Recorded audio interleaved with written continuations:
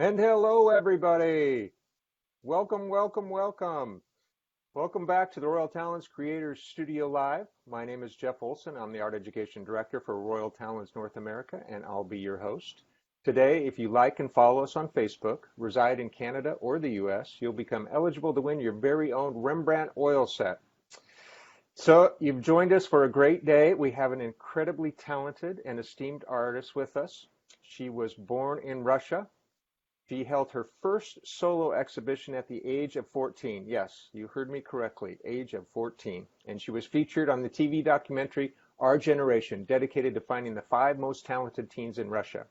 Moving to the US, she became the youngest student admitted to the Otis Art Institute in LA, where she graduated with honors, and then went on to receive her Master of Fine Arts degree at the Art Center College of Design in Pasadena. Her work is featured in prominent private and public collections, and she was selected to create iconic portraits of Bruce Springsteen and Bob Dylan for the Music Cares Grammy Foundation.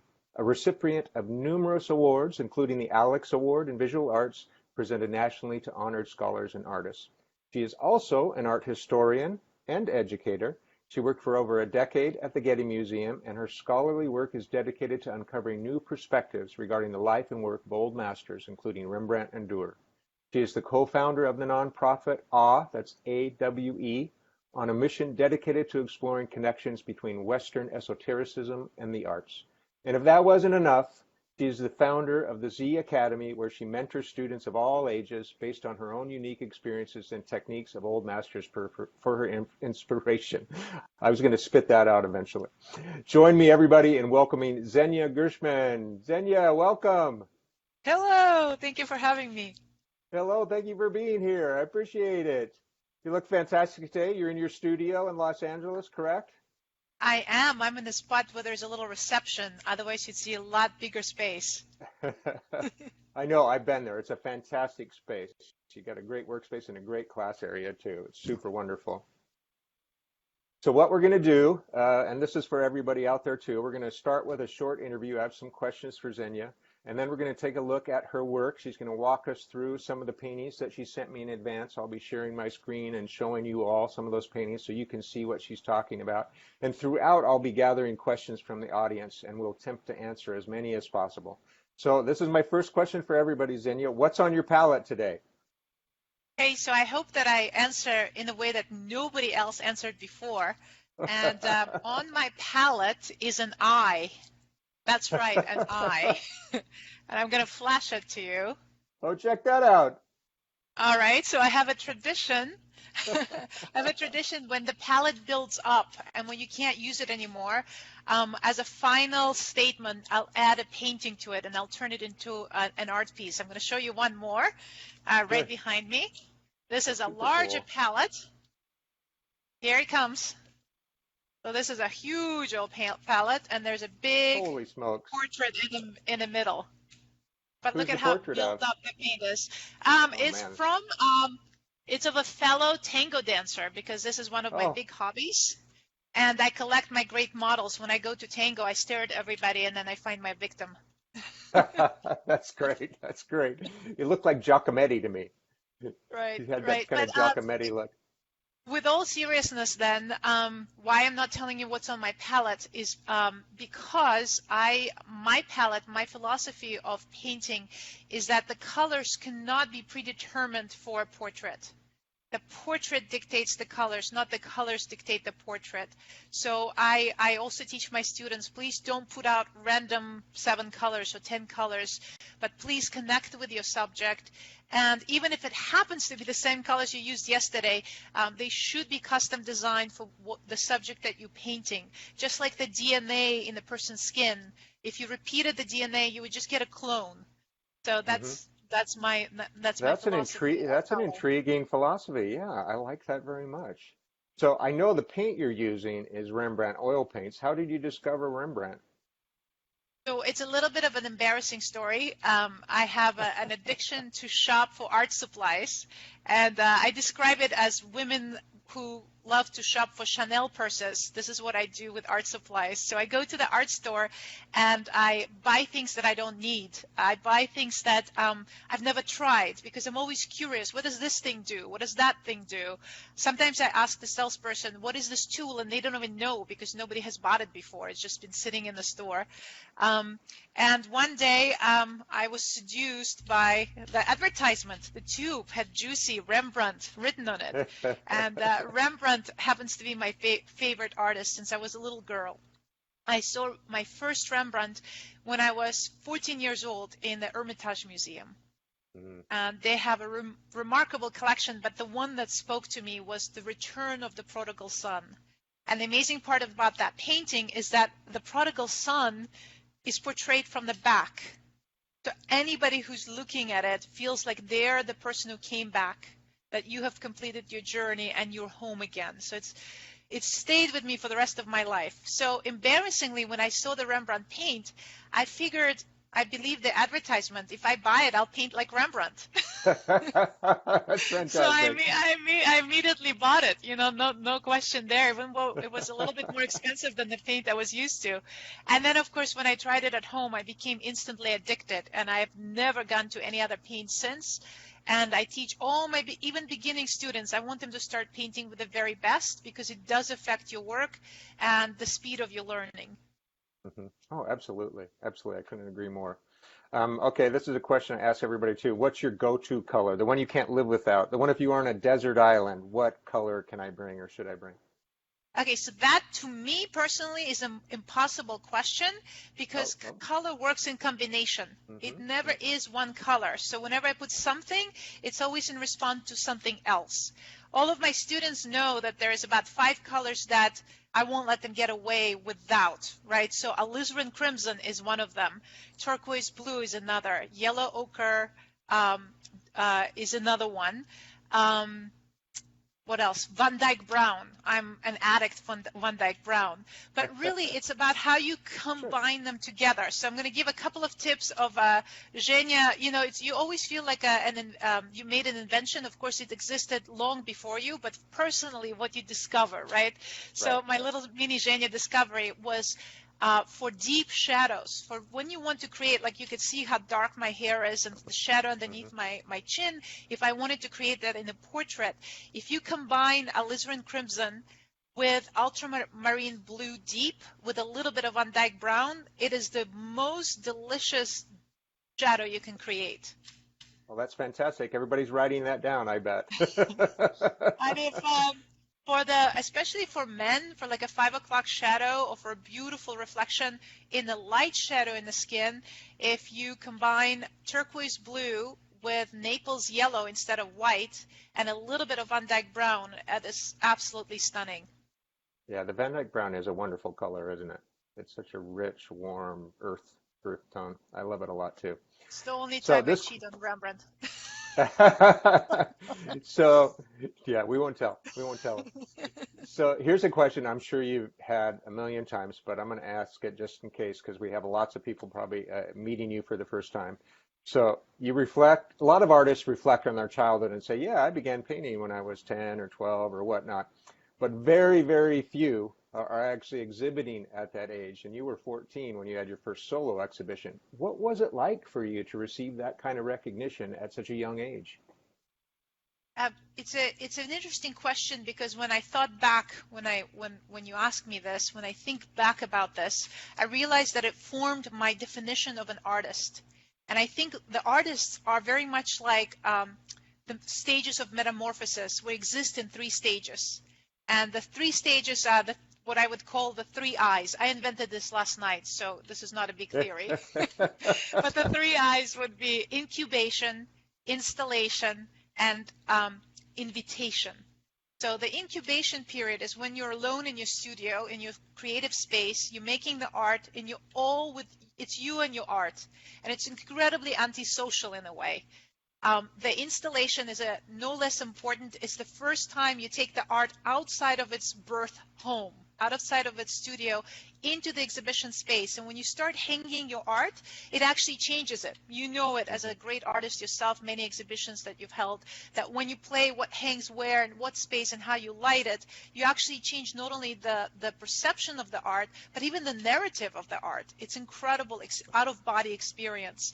And the invitation is finally when you break that shell, the metamorphosis is complete, and you're now ready to share it with the public. You're ready to be the most vulnerable now. Now you're on display, and that part is extremely important to me. So there is a statement that you probably heard about. People repeat it a lot. They say that I paint for myself, I don't paint for others. Have you heard that expression, painting for yourself? Sure. Yeah. I disagree with it. I am vehemently against it. I don't think the artist paints for themselves. Now, that doesn't mean to say they're painting to please somebody, but I always think that we're painting for the view. The job of the artist is to communicate, and you can't be self-communicating. It's sending a message in the bottle. You put in a message, you don't know exactly who is going to receive it, but you have full belief that it will be received and the message will be read. Maybe the person who's going to read it hasn't been born yet, but you know you're painting for them. So the exhibition is that complete cycle that gives you the sense of what art is for. And from that moment, to go back to the original question, from when I was 14, I realized the importance of the exhibition as a creative process. And so for all of my students, I also host once a year an exhibition in my studio for their work. And I think part of being professional is to share your work. So that's very important. No, I agree 100%. I always feel like we are all painting for an audience. That audience may be very, very small, but we always have in mind a viewer, some type of viewer. So yeah, that's fantastic. And giving that opportunity to your students, I think, is a really great experience. And I could just imagine the 14-year-old Zhenya in her first solo exhibition too. You were a star then, I have no doubt. I'll tell you a funny anecdote, embarrassing anecdote. I did have a TV interview that went with that show. Yeah. And I was a very dreamy child. And at 14, I could not speak eloquently. So my mom said, if they ask you this, you say that. And she basically wrote my entire interview. And she said, if they ask you a different question, you still say this, right?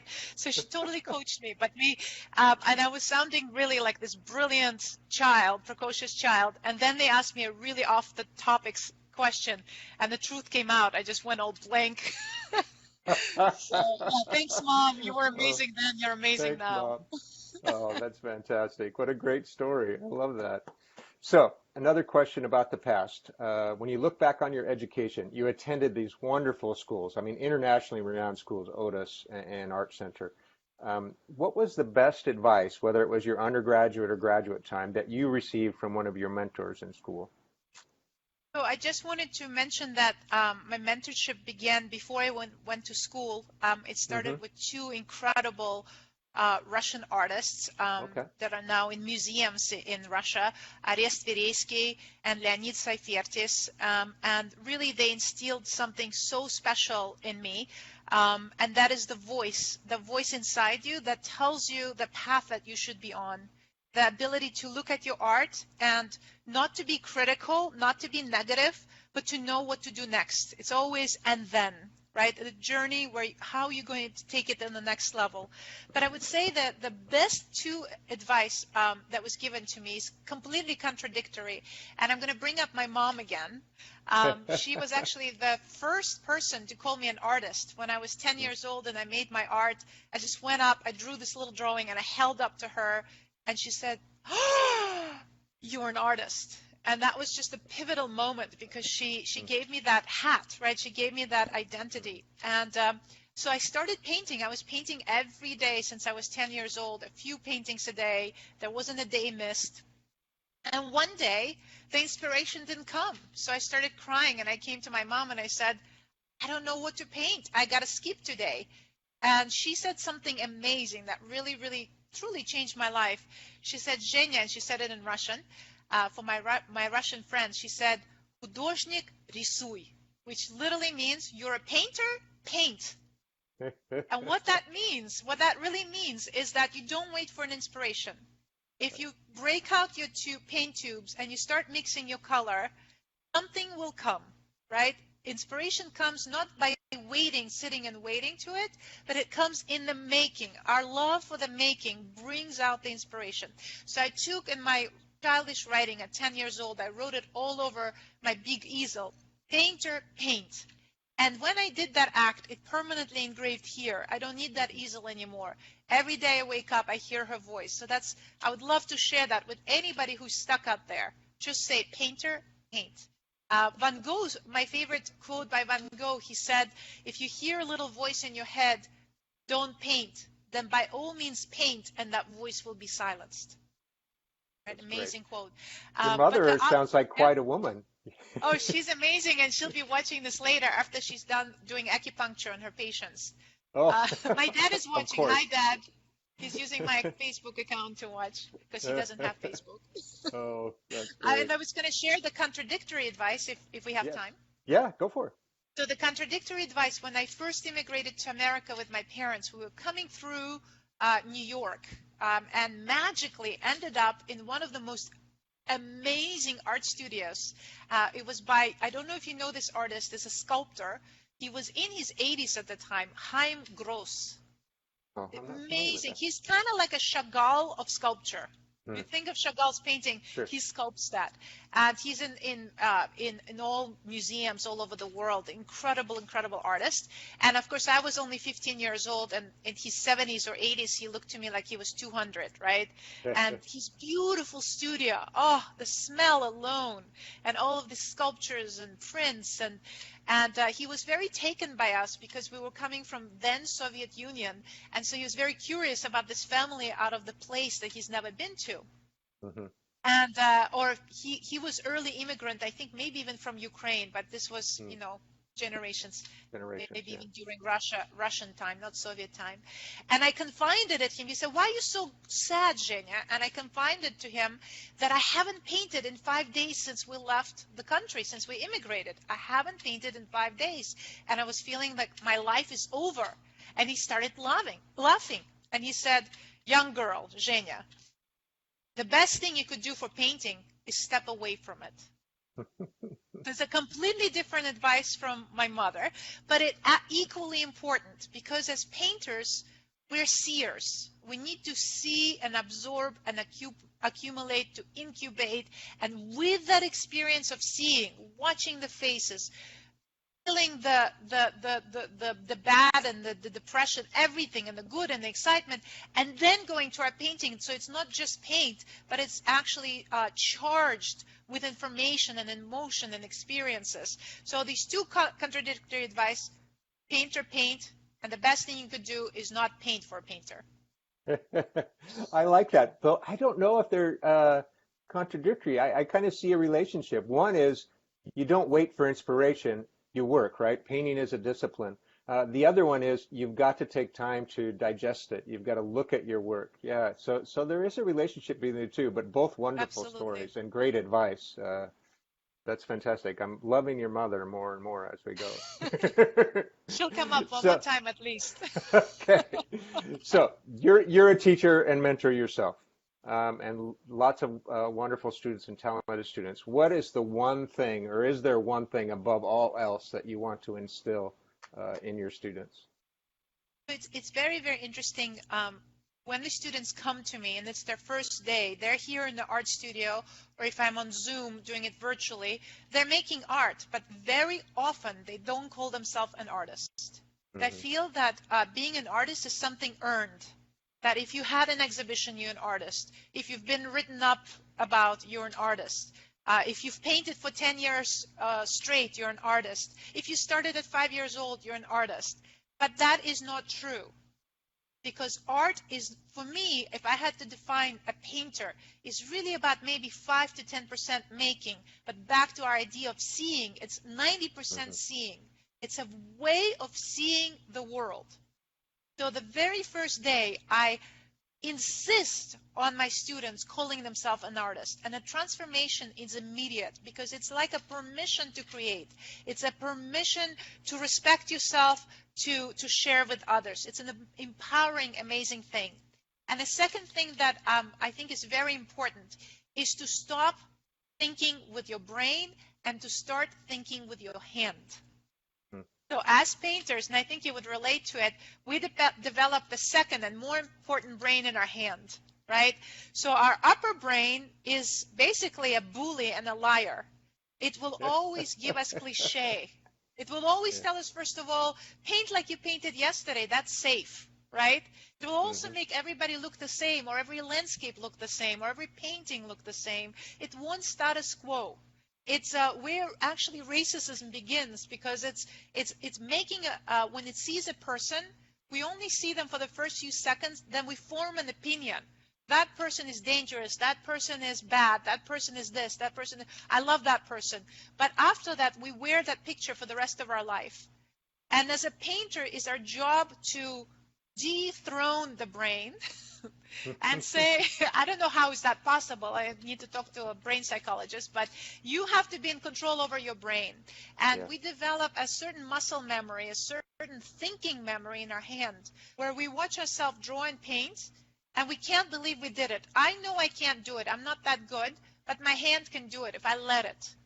So there is a more powerful brain for the artist in their hand, and we have to learn how to trust our hand. Yeah, that's a great way to look at it. It's like letting go of the ego. And Yes. actually, there's another Russian artist I know who I was in school with from Vladivostok, he was. And he always said he never painted with his head. He always painted with his heart. And to me, And I there's an think both of analogy them, in that. they're right here. If you're left-handed in your left hand, and if you're right-handed in the right hand. I would say that the final advice that's very important to me for my students and for anybody who's interested in making art is talk to the dead artists. It's the only time death is not important. So literally go up to a Rembrandt painting. That's what I do all the time. My students think I'm crazy at first, but totally get into it afterwards. And I'll just go up to a Rembrandt painting and I'll say, what did you use to make that color choice? How did you paint that nose? And you'll actually be surprised, because the painting will tell you. The paintings are not there to be passive. They are to educate, communicate, and even ask you a question back. It's a remarkable experience. That's a perfect segue, Zhenya, into the next question. I love art history, but I came to it late. I really didn't grow a love of art history until I was in graduate school. You have the unique perspective of being an art historian as well. How does this inform your work? Well, it's interesting that you came to it late. I was very lucky to come into it at 5 years old. It's the first game I remember playing with my mother. My mother's a genius. And so we had only a very limited amount of art books, but we did have a World Museums book. And here's what she did for hours. And this is before I even knew I was going to be a painter or an artist. She would open the book. It was massive. It looked so heavy. I couldn't even lift it myself. I think it was from German museums, and which are so amazing for their collections. She would open it on random page, and she would cover up the label.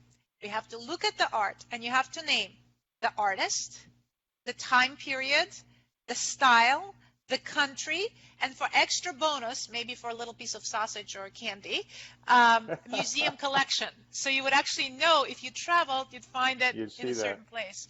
So by the time I was 10, I think art history was not something learned. It was in me. And that gives you an ability to travel in time and have references. I'll look at the sweater, I'll look at your background, and I think immediately, like, I see your aprons right there behind you. I think of Haim Soutin's painting, right? Everything is something else. And when you teach, it gives you an ability not to teach my way, but to teach to the style of the natural ability of the student. And then I can bring their friends through time and say, you align with this school, you align, these are your friends, these are your supporters. And it gives me just this freedom of moving in time and space. Oh, that's perfect. I love that. All right, so one more question before we start looking at the paintings, and I'm going to struggle with the pronunciation, so don't giggle too loud. So there's a beautiful quote from Pinchas Giller. Did I do okay? Pinhas out there? Perfect. I I hope hope I did that. Venus is watching. I hope he's watching. I did invite him. So he's got a quote on your website that I think is just a beautiful, beautiful written quote. But he also uses this wonderful analogy, and he says he refers to your work as illuminating the soul wind. Sounds so wonderful, and it's called, or he calls it, this I'm never going to pronounce, but ruach, something to that effect. But it's a beautiful word with a lot of great history. How do you interpret this parallel for your work? You know, as Pinhas sees it. Well, first of all, thank you, Pinhas, for writing an amazing essay for my catalog for my last show. That was held at the Philosophical Research Society. I want to give them a shout out. You can go to their page. Incredible institution, incredible library and space for artists who want to exhibit.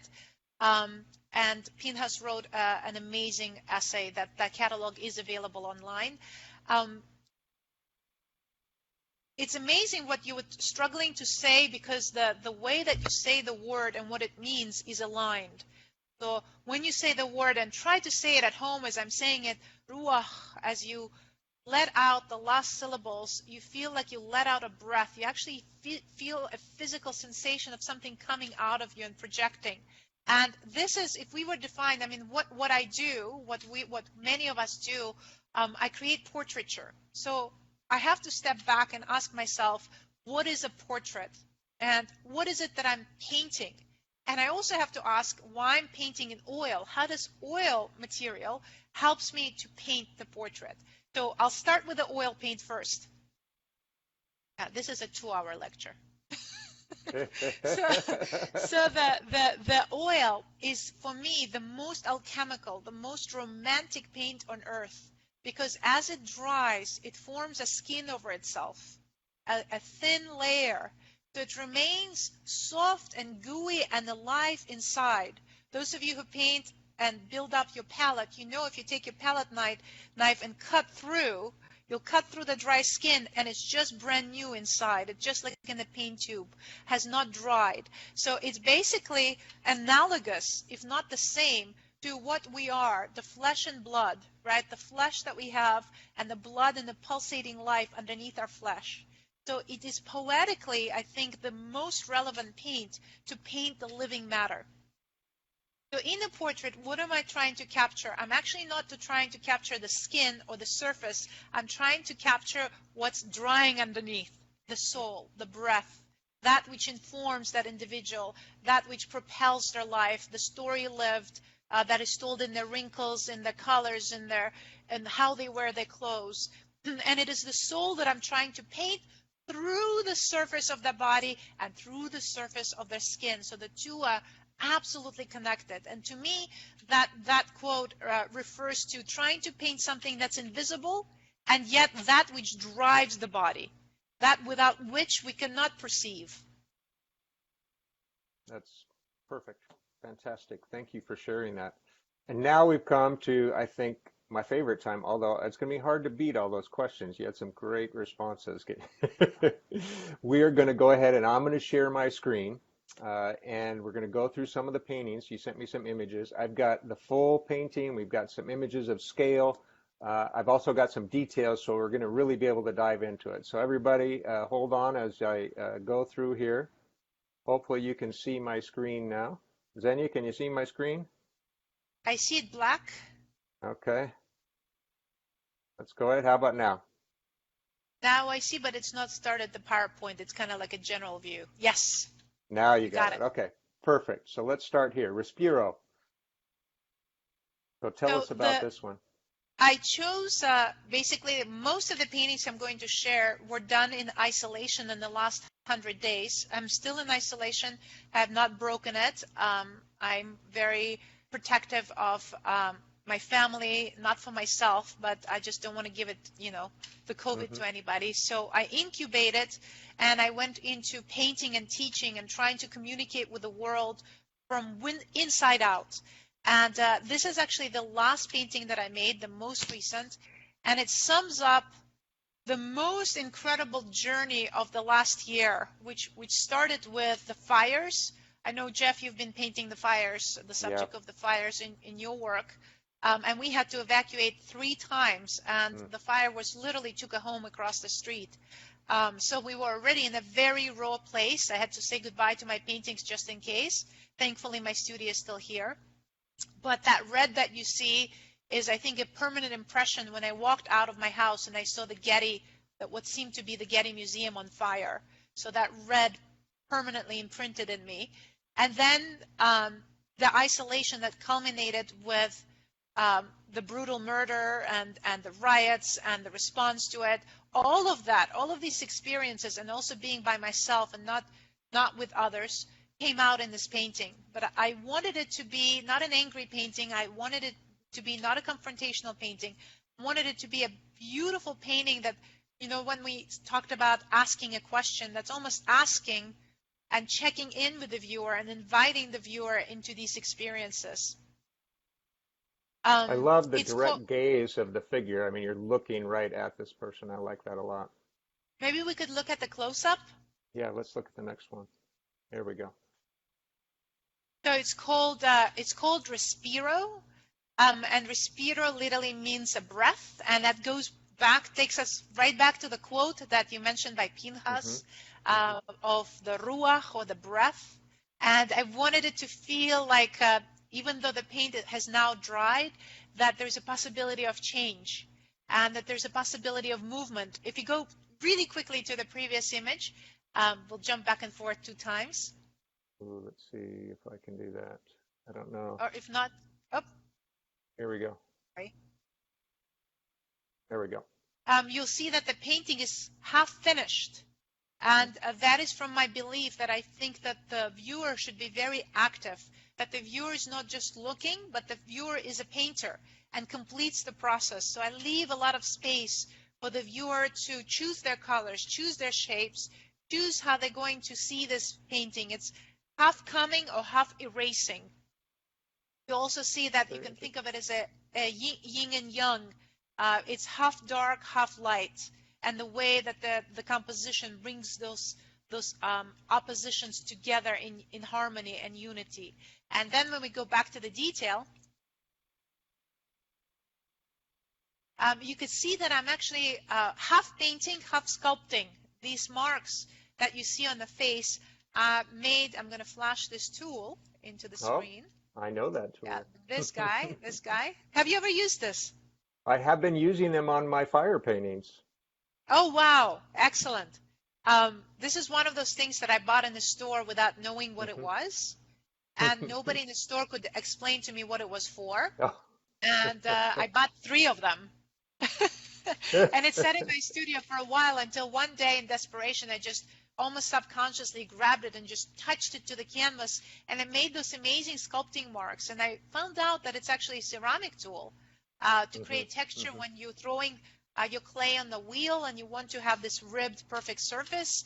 But I use it as both a subtractive and additive method. So I can carve into my paint and remove the paint almost like an etcher, almost as if you're making a print. But I can also push the paint with it like a palette knife and mold it 3-dimensionally, following the form. For instance, the nose, I'm not painting flat. I'm touching the paint as if I'm literally touching somebody's nose. I'm going around the form, and it allows to make almost a 3-dimensional effect in the painting. Can you hold that up again by the camera? I'm going to give a shout out here. These are actually made by the Princeton Brush Company. I think they're called Catalyst, and you can find them in the brush section of your store. They're a soft rubber, and they come with different types of edges, and they're modeled after ceramic tools, like Zhenya was saying. But yeah, Princeton makes those, and I got some samples one time at an art fair, and the same thing. It sat in my studio forever, and then I thought, hey, I'm going to give this a try. And yeah, the mark making and the variety of marks that you can get with it is really wonderful. I just went gasp when you said Princeton, because that is my to-go brush. Princeton brushes is perfect. I mean, that is the brush. I'm going to be sending them an email for a royalty check, so hang on to that. All right, here's the next painting. All right, so as I'm sharing these, oh, this is a drawing painting, huh? Yeah. I'm hoping that the viewers, hopefully there's somebody watching us, if they have their ideas they want to share, I think that painters often don't know what their work is about. I think when they tell you what they know is often either a lie or they make up stuff because they have to say something. And it's the viewer that ultimately later understands the work. We're just the vehicles. We're just passing through the information. So I'm really curious if you have an association or an inspiration or story that you see or the feeling that you feel in these works, please share it with us. I think you'll be more right than I am. So I would love to hear from our audiences. As soon as we get through the images, we'll go back to the questions. So far, I've been following the chat, and everybody's just saying how marvelous you are. So I haven't got any questions yet, but I'm sure they're coming. I turned red. You're blushing now. You're blushing. Yes, I'm blushing all over. So I love your stumbling when you said, let's look at the next painting. Drawing, right? Mm-hmm. And Yeah. this is what I wanted. So I was really annoyed, and my students will laugh because they know who they are, by students saying, for instance, that I love to paint, but I don't like to draw. Or I am great draftsman, but I just don't understand painting. And I was annoyed by that because I believe one does not stop with the other, that they're the same. You can draw with paint and paint with drawing. And so I wanted to create this hybrid works that would actually, this is how the teaching can sometimes inform your art. So out of that reaction to what my students were saying, I created a new body of work when I turned drawings into paintings. So what this is, if we go to the next slide. Oh, yeah. You can see a close-up of the eye. You can also see my amazing daughter, Nika, who's a 12-year-old musician. If you're dying to hear some flute, she can come up and play. It was pretty wonderful. I watched it. I admit, she's pretty wonderful. Just yesterday, I asked her to stand for scale, just to show you the size of this painting, because I think scale is extremely important for me. We can talk, remind me if you want to ask me about that. That's very important for my work and the perception of the pieces. But how it's done, you can see that this is a gessoed canvas, and for me the art begins with the gesso. How you gesso your surface and what color you use for your underpainting informs almost 90% of what's to come. And for myself, I've determined that this pearlescent gray, this neutral gray, works incredibly well. And when I turn off the light in the studio, the paintings actually kind of glow. It's a remarkable effect. And then I'm using very large charcoal, and I'm drawing pretty freely, and I use, back to our Princeton tool, that comb to start moving and disturbing the charcoal. I'm literally starting to break the form, but with that breaking, I'm grabbing the charcoal and moving it around. You can see in the eye the effect that it does, right? And then I use turpentine, and I just brush it onto the painting to set it permanently. So the drawing becomes painting instantly. And all of the erasure and the moving and the mistakes is actually the delight and the surprise in this process. And so I wanted to have this feeling that you can get in a small sketch, like if I was using a small little paper, and you can get a very energetic and wonderful feeling, a gesture. I wanted to feel it on a grandiose scale. This is a very large painting, larger than life, larger than me. I love the quality on the hand here. It's almost like an etching. Yes, thank you. Yeah, it's beautiful. It's beautiful. And so tell us about this. Tell us about the scale. People are dying to learn. Okay, so the scale, I think, is very important. When I was in art school, sometimes they said paint big to break through your discomfort zone, or they would say paint this miniature that will make you a better artist if you can do details. I don't believe in this. I think that everybody inherently has a kind of a scale in which they're comfortable in the world, and you have to find your scale and live in it in your art and push yourself. If you're a miniaturist, go for it. Like Rembrandt's best student, Gerrit Douw, was a miniature painter. He painted Rembrandt on this tiny scale, and that's what he became famous for. And then there's other artists that just needs a mural size. For me, my scale is something I can't even fit into a screen right now, but when I open my arms, it's literally the width of my arms and the height of my arm as I reach my arm for my body to walk into the art. This is where I feel the most comfortable at, and that's the scale that I paint in. The psychological aspect of this is I want the viewer, and this is very hard to see in the picture, but when you stand in front of the painting and it's looming in scale, where you see this, where the eye of the model, of the subject is basically, if you were standing, is almost at your chest level, right? So it hits you not in the eye, but it hits you in the chest, it hits you in the gut, and you perceive the portrait in a very different way psychologically. It shrinks you somehow, it makes you more of an Alice in the Wonderland experience, and you start looking and crawling around the forms and perceiving the body in a new way. I find it really fascinating. No, it is. It is. There's an immersion that takes place when you stand in front of these large paintings that's really exciting. All right, I'm going to Beware. move to the next. Beware. Beware. Beware, because yes, you need a big storage, and I not bet. just a wealthy collector, but a collector that has 3 homes, because usually the first and second home already has paintings, so they don't have walls. So beware. It comes with a price. Beware. I know it. All right, let's move on so we can make sure we get all of these in here. So this is a study for isolation. Tell us about these. So you see that the actual painting behind me in my studio, this is very interesting because, to me, it's interesting because I love to experiment. So the painting that you see here on the right is a study on raw linen. So this is unstretched. It just comes in a store, folded in a bag. And I wanted to show this because I love the wrinkles.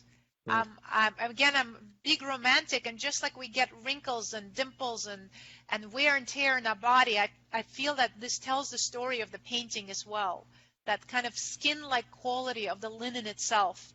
And then I drew directly on this linen, unprimed, with charcoal. You can actually see, maybe we can go to the detail. The left side is charcoal. You can see the left eye to our left. And then I build up the right side with my pastels. Now here I have to say, I cheated on Rembrandt pastels, which I love. Don't say it. Don't say it.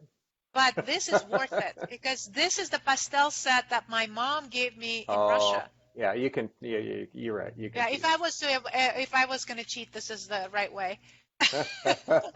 So you see, it's amazing thing, because this box has been with me since I was 10 years old. I've made my first drawings with them, and this is the thing about pastels. I've drew my whole life with it, and it's still full, right? Pastel is very durable, so if you buy your amazing set with Rembrandt, it'll last you a long time. So a shout out to amazing Rembrandt pastels. But there is this nostalgia in this drawing that I'm using the same material that I actually learned to draw on. And then I used water. So I took a very large house brush and water, and I set, just like I used turpentine to set my oil painting, I set this and turned it into a painting. Thank you for saying that. A lot of people don't think about that. You can use water with pastels and do some wonderful, almost like watercolor gouache techniques. It's really fantastic. And so this was a preparation, so we can look at the next image. A study. Right. For the here's big, the large, you see, 60 by 60 inches, called Isolation. And this was, I think, the second image I painted in isolation. And I have to give a shout out to my models. I always work with models, and I'm very, very picky. And when I find one, I'm extremely faithful to them. This is Mark Snyder. I think he's watching right now. And he's been through so much with me over the 20 years that we've collaborated. There's actually a film. I don't know if I shared it with you. And it's called, you know how the job of the model is the artist model. That's what they're called. And this film is called The Model's Artist. So I am the model's artist. And there's a film about our collaboration with Mark and our different approach, how we work together. I never tell him what pose to take, how to feel, what to project. I take all the cues from him. In a way, he's the artist and I receive, and then in a chain, I pass it on to the viewer.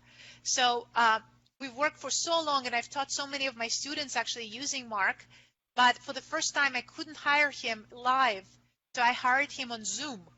Oh, And I was fantastic. extremely skeptical because I thought, well, that's just like painting from a picture, right? That doesn't have the same quality of projection, of presence. But I was shocked with actually Mark's energy and how he was able to transfer it via Zoom. And he Wonderful. took two first test shots, and this first two shots actually combined into one in this painting, and just sent it to me. And I was so taken by it that I wanted to create this image. And this image, from isolation, I love to play with titles because it's the opposite of what it says. It's not isolated. It's breaking the plane, the picture plane, and it's reaching out through Zoom of him modeling, through me painting it back out through right now to the viewers virtually and coming into their home. So it is the opposite of isolation. It's the invitation to come into the painting and to be one. It works really well. The trompe-l'oeil in this of his hand reaching out is really fantastic. You can go to the next image if you don't mind, so we could see the There we go. texture. The scale. The scale and the texture. There's the mama standing next to its baby. I love that. My daughter's my official photographer. Is she? So Oh, she's doing a great job. Blame her for the pose. She's directing me. And you can see all my texture and the building and removing. And it was very playful. I love to also play with the matte and the shiny. So the black line next to his face on the left, it has extra oil, extra poppy seed oil, so it makes it really shiny and brings out his face forward. Where the background behind it is much more matte and has less oil to it. Now that works really well. Yeah, it's a nice heart. It reminds me of Manet's outlines of like Olympia, that dark ribbon of color around the figure that just makes that figure pop. The same thing here. I have to say that I want to also give a shout out to the very first painting that we started from Respiro. That was a remarkable model, Cassie Hamilton, that we've all fallen in love with along with my students. There's so many versions of Cassie now out there. Yeah. I've shared that very image that she posted on Zoom as well with my students. So there's all these little Cassies out there. So thank you, Cassie. Great. I know you're watching. All right, that is the end of the presentation. Let me stop sharing here so we can go back. All right, let's see what kind of questions we've got here. So again, you're amazing, you're wonderful. I'm an art supply shopping addict myself. Yes. Some hellos. Love hearing you talk about your work. Great teacher. You got some students that are on here. That's great. So they're giving you big kudos. I really appreciate you. You know how much I love you. People are loving your advice, especially to young artists. Lots of great inspiration. Which I have to say that I do train young artists, specifically for college portfolios. And I have two tracks. I train the young artists who want to become artists. I've been very fortunate that every single artist I've taken receives full college scholarship. I'm very proud of this. But I also, through my nonprofit, the Project I have a program for low-income families, and I find scholarship to support families who couldn't otherwise afford this type of classes, and I help them build portfolio, get into school, and go off and to become professional. It is one of my big passions. And I just want to say thank you to Royal Talens. Thank you, Jeff, for supporting that for the artists who cannot afford their materials. You've been so generous for supporting these young students. It's our pleasure, especially with the results you're getting with these students. We're happy to be a part of it for sure. So let's see, we got some questions. You actually answered a question. Somebody was asking what AWE is. Does AWE stand for something else besides? So it's Project AWE. So Project AWE. And AWE is basically where we get the word awesome, awesomeness. And I'm not religious, but if you open the Bible, I think awesome or awe is mentioned more than any other word. Oh, so really? There's this quality. Yeah, it's true. So even in the first chapter, you'll find awe of like 100 times, the awe of God, the awe of life, the awe of creation. And so what is the awe? For me, that's the definition of what art is, because it's not making a cool trick or technique. It's actually taking us out of our daily life that can become burdensome and reminding us the connection and the inspiration and the awe moment of being human and the connection between each other. But it's also an acronym, so it stands for Aesthetics of Western Esotericism, so AWE. And our project looks for connection of esoteric movements across time that inspired the art. Hence my work with Rembrandt and Dürer, using Kabbalah, Christian and Jewish Kabbalah, to code and use symbols in their work to communicate with those who are ready to receive these messages.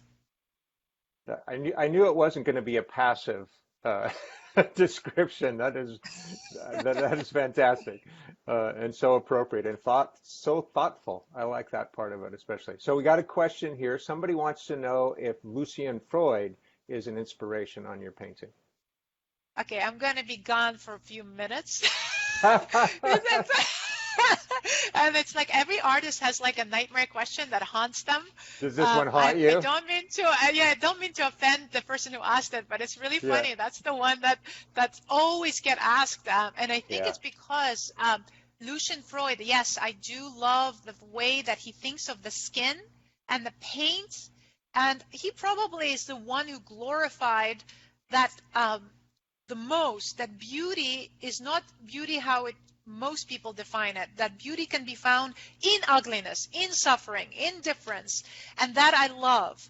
But the part that separates me and where I kind of get goosebumps is because he truly, if you read his quotes, if you read his life, he hated humanity.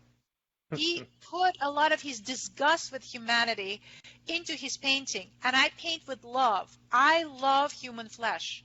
So even in his paintings, where he hates, I find love, and that's where I get a little bit discomfort level, because we're coming to the same idea. And so thank you for the person who asked this question, that idea of the skin and the surface and the texture. But I just come from the vantage of love, and for me that's a big difference. A huge difference, and an interesting contradiction within Freud, huh? Yes. It is a lot of people, if you don't read about his life, it was a very turbulent life, and yes. A Very lot disturbing. of struggle, and a lot of disturbing incidents. But a great answer. Gene asked that question, and I'm sure he got more than he bargained for there. Thank you, Gene. No offense there. So we've got one. They love the eyes in your painting. Do eyes have a significance to you, or is it more? Is it just the scale, or how is it that you want to share that meaning? Okay, here's another 2-day lecture. The eyes is something I think about a lot. Yeah. And it's so important for so many reasons. In fact, I was really interested. I'm working on a project with an amazing collaborator in Canada right now. I believe he's watching right now, Michael, who's an amazing PhD scientist, and we're writing an article on Dürer. I was very curious with this idea that the soul, you've heard this expression that the soul is reflected in the eye, where it comes from. And apparently it's not just a random expression. It was born in Renaissance with a great philosopher, Ficino, who felt that perspective, the one-point perspective, connected the artist to God, because where is the vanishing point? What is it vanishing to? So it's coming from your eye and vanishing towards God. So through perspective, we can find a spiritual connection. And therefore, for Ficino, the eye was the most important organ in the body, because it was the only organ from which we, not through our heart, but through our eye, that we can connect to God. And that is when we start this idea that the eye is the most important part in the person, but also in the portrait. And hence we even get a lot of paintings where the artist will start painting the head and they'll paint the eyes, and if they run out of time, everything else kind of is less important. Maybe the hands are not even finished, right? So being a rebel, I don't know if that came through yet. I love to turn that upside down. And so sometimes I love to make a portrait without the eye. So I'll paint just the ear or the back of the neck or even the hand, and have that take over the eye, so we could feel the ruach, the soul, everywhere in the surface of the body. And you know that if you ever loved somebody, which I know you have, whether it's your mother or father or child or lover or husband, whoever it might be, when you touch them anywhere in the body, you feel their presence, right? It's an incredible, you touch your child's hair and you feel their soul. So it doesn't have to be just in the eye. But painting eyes come really easy to me. So whenever I get a compliment, I almost kind of feel, again, red and blushy, because it's something that I just don't know since I was little. It came like it was so easy. But I love teaching this. And in fact, everybody who starts on the first lesson, I teach them how to paint the eye. And I have a lot of tricks. So if you check out my website, the zartacademy.org, there's some tutorials there, and you can reach out. But I'll teach you all my secrets. Perfect. And we're going to put that information on Facebook too, the links too. I'm going to throw in one more question here, and then we're going to go and share information about where they can find more work. So somebody's asking about Rembrandt here. They're asking, does Rembrandt's portraiture, or how does Rembrandt's portraiture inform your work? Okay, first when I look at it, I want to commit suicide. Because not only he painted, but God, if you look at his painting like 19, 20, 21 years old, and you just want to put down your brushes. So the first instinct is just, I hate Rembrandt, because he sets the bar so high, right? Yes, but the second impulse is that I love Rembrandt. And I love him because so many reasons. I should say it connects to the previous question of the eye. Rembrandt, if we had to boil down what is his art about, it's actually not even about light and dark, right? Because a lot of people will think it's about the chiaroscuro, that contradictory light. It's really about seeing and vision. Rembrandt, throughout his career, is preoccupied how the eye sees. He's the first artist I know. You could prove me wrong and send it to me privately, because I'll steal that and write an article about it. But it's the first artist I know that actually observes in his art how the pupil reacts to the light. He will actually paint the two eyes in the chiaroscuro, light and dark, and in the light the pupil will contract and become small, and in the dark it will expand into the iris. He's preoccupied with vision. His very last painting that he paints, we have time for this? His very last painting. We got about 1 minute. All right. His very last, we'll get to the last painting, so that's okay. Sure. This very last painting that he paints on his easel when he dies, that finished work, was about being blind and seeing. And it was the vision of Saint Simeon, who was promised that when he will see the Messiah, he's blind, but he won't be able to die until he sees the Messiah. And when he sees him, he'll be able to see for the last time. So we see Saint Simeon holding baby Jesus, and he's blind. He cannot see, but he sees with his hands. And you could feel the light coming from him holding baby Jesus and seeing hands. It's the artist who sees. And the texture in the Rembrandt's painting is tactile. We find his thumbs and his prints in his latest work. He actually sculpted his paintings. And so for that, I think he's so relevant for me. And he's always in my room, if not just by the Rembrandt paint that I have in my tubes, but he's with me. He's my best friend. And thank you, Rembrandt. Yes, it is wonderful. I mean, people always talk about the gaze in terms of us looking at paintings, but when I am in front of a Rembrandt painting, I feel like I'm being looked at. And no matter where you stand, it always seems like the figure in the painting is looking at you. There's such an intense life to it. We'll have to do another one, because we could talk for a whole hour about this idea of vision and transformation. You should. I'd love that. I'd love that. That's a big subject. Yeah, Caravaggio's painting of the conversion of St. Paul and the link of vision to his transformation is a big subject that I return to a lot. So yeah, we'll interview 2. We'll go into that some more. Time. And just a note to our viewers, Zhenya will be able to see your questions after the fact and answer replies on Facebook too if we didn't get to them all today. And the same with any technical or questions about Rembrandt paint, I'll be able to check those out as well. So before we part, you want to share some your website information or where folks can see more of your work? Well, I would love for you to visit. I put a lot of thought into zartacademy.org. Not .com, but .org, because we are organization, we're serious. And Z, as Zhenya, you see the Z that hangs on my chest. And that's a website that has lots of portals. It'll have a portal to my art and my other private website with my paintings, my interviews, my lectures. But it will also have a resource page. And on the resource page, you'll find all my favorite art supplies. If you want to know, back to that question, what paints I like, what colors I like, what brushes I like, what charcoal I like, what paper I like. I put links. I put a lot of time in giving you free information, videos, educational videos. And finally, you can reach out. And if you're interested in, currently I do a lot of Zoom teaching. On Wednesdays, I do head and figure drawing class, which is lots of fun. My students won't let me lie. We laugh a lot. And I do also private classes for paintings to develop your techniques. And I will do a virtual exhibition as well for my students soon. So please, zartacademy.org. I'm there. Definitely.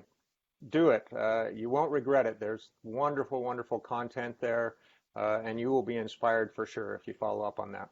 And one more thing from me before I go. We have a very informative and inspiring interview coming up with artist John P. Lasseter at 7 p.m. Eastern Time on Instagram this Thursday. So I believe that's the 25th, right? June 25th on Thursday. That's my birthday. I'll be interviewing him on my birthday. I'm only 75. Can you believe it? How young I've been able to maintain. Rembrandt would not like to paint you. Not enough wrinkles. You would not like to paint me. Not enough wrinkles. I know it. I know it. Well, thank you so much, Zhenya, for being with us today. This was a fantastic interview.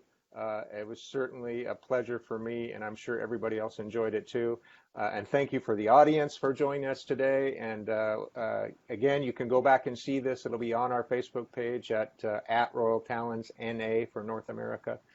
Check us out, and we'll see everybody soon. Thank you, Zhenya.